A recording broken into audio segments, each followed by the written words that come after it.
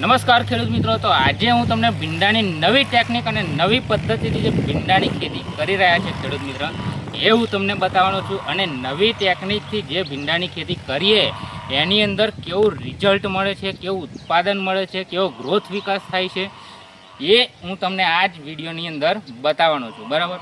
તો પહેલાં આપણે ભીંડાની ખેતી જોઈશું, એની અંદર કઈ ટેકનિક વાપરી, કઈ પદ્ધતિ ખેતી કરી અને ભીંડાની અંદર શું શું વાપર્યું છે એ તમને જાણવાનું મળશે. બરાબર? તો વિડીયોની અંદર પહેલી વાર આવ્યા હોય તો વિડીયોને લાઇક કરજો, શેર કરજો અને ચેનલ ઉપર નવા હોય તો સબસ્ક્રાઈબ કરી દેજો, તો આવનારી દરેક વિડીયોના અપડેટ તમને મળતા રહેશે. બરાબર? આ બાજુ આવે તો પહેલાં તો આપણે ભીંડાની ખેતી જોઈશું કે ભીંડાની અંદર કેવું રિઝલ્ટ જોઈ શકો છો તમે. આ ભીંડા તમે જુઓ, આ નીચેથી ફૂટ તમે જુઓ, થડ જો એનું જોઈ શકો છો.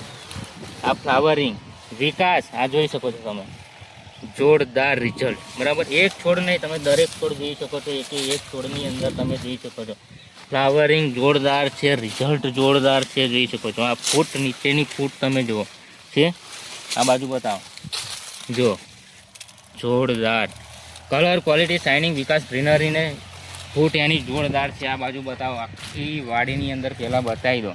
આ બાજુ બતાવો, જેમ ભાઈ બતાવો, આ બાજુ બતાવો, ભીંડા બતાવો, આ બાજુ બતાવો, છે ને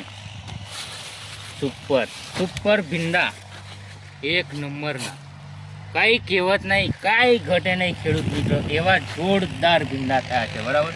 તો ભીંડાની વાત કરીએ તો આ ભીંડાની જાતની વાત કરીએ તો આની અંદર કોઈ હાઇબ્રિડ બિયારણ આપણે વાવેલું નથી. બરાબર? ઘરઘરાગું બિયારણ વાવેલું છે અને એની અંદર પણ જોરદાર રિઝલ્ટ મળેલું છે.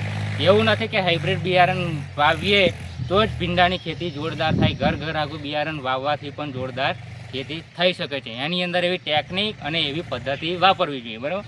તો આની અંદર જે પદ્ધતિ વાપરી છે એની વાત કરીએ તો આની અંદર જો બતાવવા બાજુ કઈ પદ્ધતિથી ખેતી કરેલી છે. આ છે મલ્ચિંગ પેપર અને ડ્રીપ સિસ્ટમથી ખેતી કરેલી છે. તમે જોઈ શકો છો મલ્ચિંગ પેપર પાથરેલું છે, એની અંદર ડ્રીપ સિસ્ટમ નાખેલી છે.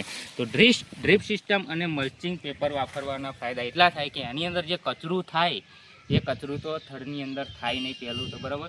અને જે ખાતર અને જે દવા ખારીએ એ બધું જે ન્યુટ્રિશન આવે એ છોડને પૂરતા પ્રમાણમાં મળી રહે, એટલે તમારો વિકાસ પણ જોરદાર થાય, ઉતારો પણ જોરદાર મળે ને કમ્પ્લીટ તમારી ખેતી થઈ શકે છે. બરાબર?